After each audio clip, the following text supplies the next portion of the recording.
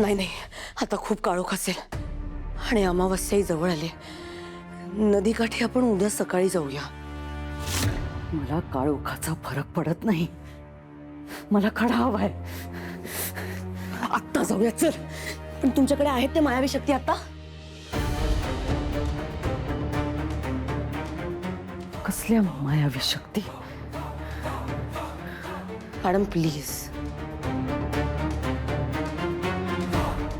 माझ्या समोर हे इनोसेंट असल्याचं नाटक आत्ता तरी करू नका.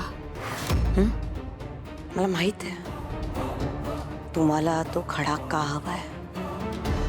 कारण सध्या तुमच्याकडे तुमच्या मायावी शक्ती नाही आहेत. म्हणून मी सांगते की आता अंधार आहे, त्यामुळे आपण उद्या सकाळी नदीकाठी जाऊया. आता जर गेलो तर लॉजिकली 2 प्रॉब्लेम्स असणार आहेत. एक, इतका काळोख आहे की तो खडा सापडणं आपल्यासाठी इम्पॉसिबल आहे. आणि दुसरा लॉजिकल प्रॉब्लेम म्हणजे आपण तिथे गेल्यावर एखादा आत्मा आला तर आपण त्याला कसं फाईट करणार? कारण तुमच्याकडे ती मायावी शक्तीच नाहीये. त्यामुळे नदीकाठी आपण उद्या सकाळी जाऊ, हेच योग्य आहे. मी तुझ्यावर विश्वास का ठेवू? ठीक आहे, नका ठेवू विश्वास. बाय. थांब, कुठे जायची गरज नाहीये. मला फक्त एवढं सांग की तू मीराला कसं पाहिलंस? तिकडे का गेली होतीस तू?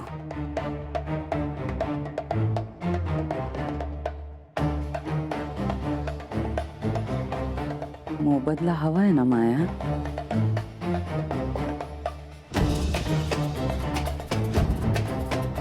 सांगते. त्या दिवशी मॅडम तुम्ही अचानक खाली पडलात. तुम्ही मला तुमची हेल्प करायला सांगितली आणि तेव्हा मी पाहिलं की तुमची हालत किती भयानक झाली. मी घाबरले, मला कळत नव्हतं काय चाललंय. आणि त्यानंतर थोड्या वेळाने तुम्ही परत घरात आलात तेव्हा अगदी नॉर्मल होतात. तुमच्यासोबत मीरा सुद्धा घरात आली. त्या क्षणाला 100% मला खात्री पटली की 100% मीरा या सगळ्यामध्ये इन्व्हॉल्व्ड आहे. माझा डाऊट क्लिअर झाला. I got her. घरातल्या सगळ्यांनीच आधीपासून मला वेड्यात काढलं, तुम्ही सुद्धा. पण माझ्यावर फुल कॉन्फिडन्स होता. कसला कॉन्फिडन्स? हेच की मीरा सोबत एक आत्मा आहे, ती त्याच्याशी बोलते. आणि ही गोष्ट मी अनेकदा माझ्या डोळ्यांनी पाहिले आणि त्यांचं बोलणं सुद्धा ऐकलंय.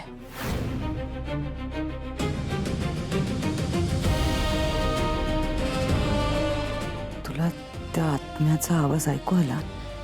असं डायरेक्ट नाही, पण मीराच्या बोलण्याहून अंदाज येतो की तिच्या सोबत एक आत्मा आहे.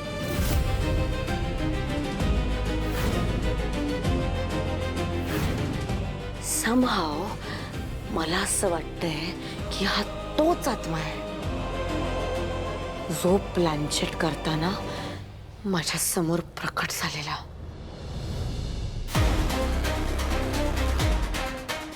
माया, तू खूप हुशार आहेस, म्हणून मी कायम तुझी स्तुती करत आले. आणि म्हणून मला तुला अर्धी संपत्ती देण्याचं अजिबात वाईट वाटत नाहीये. पण मॅडम, माझ्या हातात अजून संपत्ती आली नाहीये.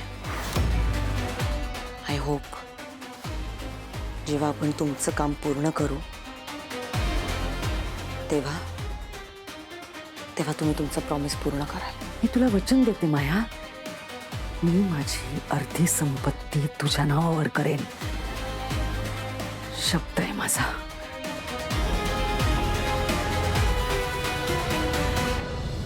अथर्व, मी माझ्या कानाने ऐकलंय मीरा कुणाच्या तरी श्राद्धाबद्दल बोलत होती. श्राद्ध? हो. आत्ता कोणाचं? ते नाही माहिती मला. कोणाशी बोलत होती ती? हे बघ अथर्व, तुझा कदाचित विश्वास बसणार नाही यावर, पण मी खरंच सांगते, मीरा ना कुठल्या तरी आत्म्याशी बोलत असते. म्हणजे मला तरी वाटतंय ना, म्हणजे मी खात्रीने सांगू शकते हं, की तोच आत्मा आहे जो मायाने बोलवला होता. त्या आत्म्याचा आणि मीराचा नक्की काहीतरी संबंध आहे. अथर्व, आत्या प्लीज, तू प्लीज जा इथून. मला ना खूप काम आहेत. ठीक आहे, काही हरकत नाही. माझ्यावर विश्वास नाहीये ना तुझा? नको ठेवूस, मला काही प्रॉब्लेम नाही. पण एक गोष्ट लक्षात ठेव, या गोष्टीकडे जर तू दुर्लक्ष केलंस ना तर खूप महागात पडेल ना तुला. येते मी.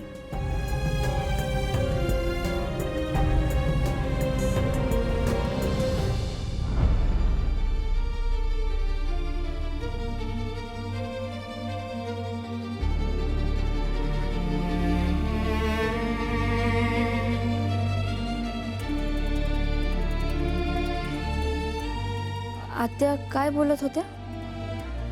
काहीच नाही.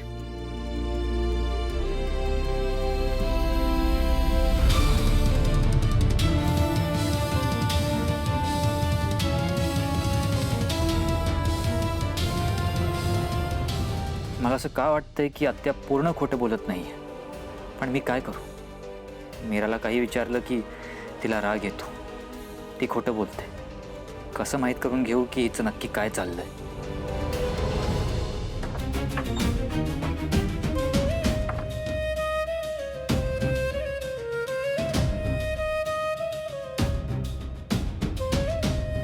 मीरा, तू झोपली नाहीस बाळा अजून?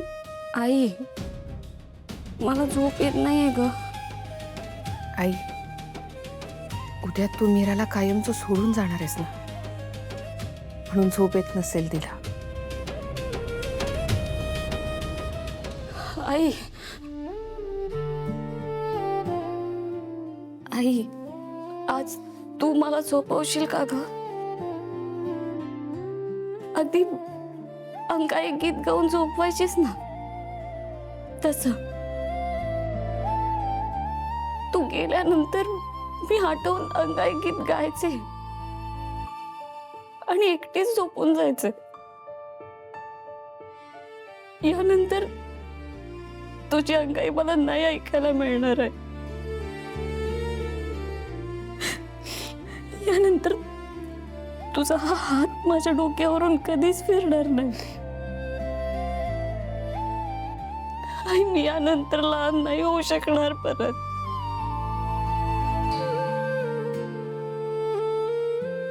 ती मंजिरी आयुष्यात आल्यानंतर मला शांत अशी झोपच लागली नाहीये. आई, मला शांत झोपायचंय. तुझ्या कुशीत झोपवशील का मला?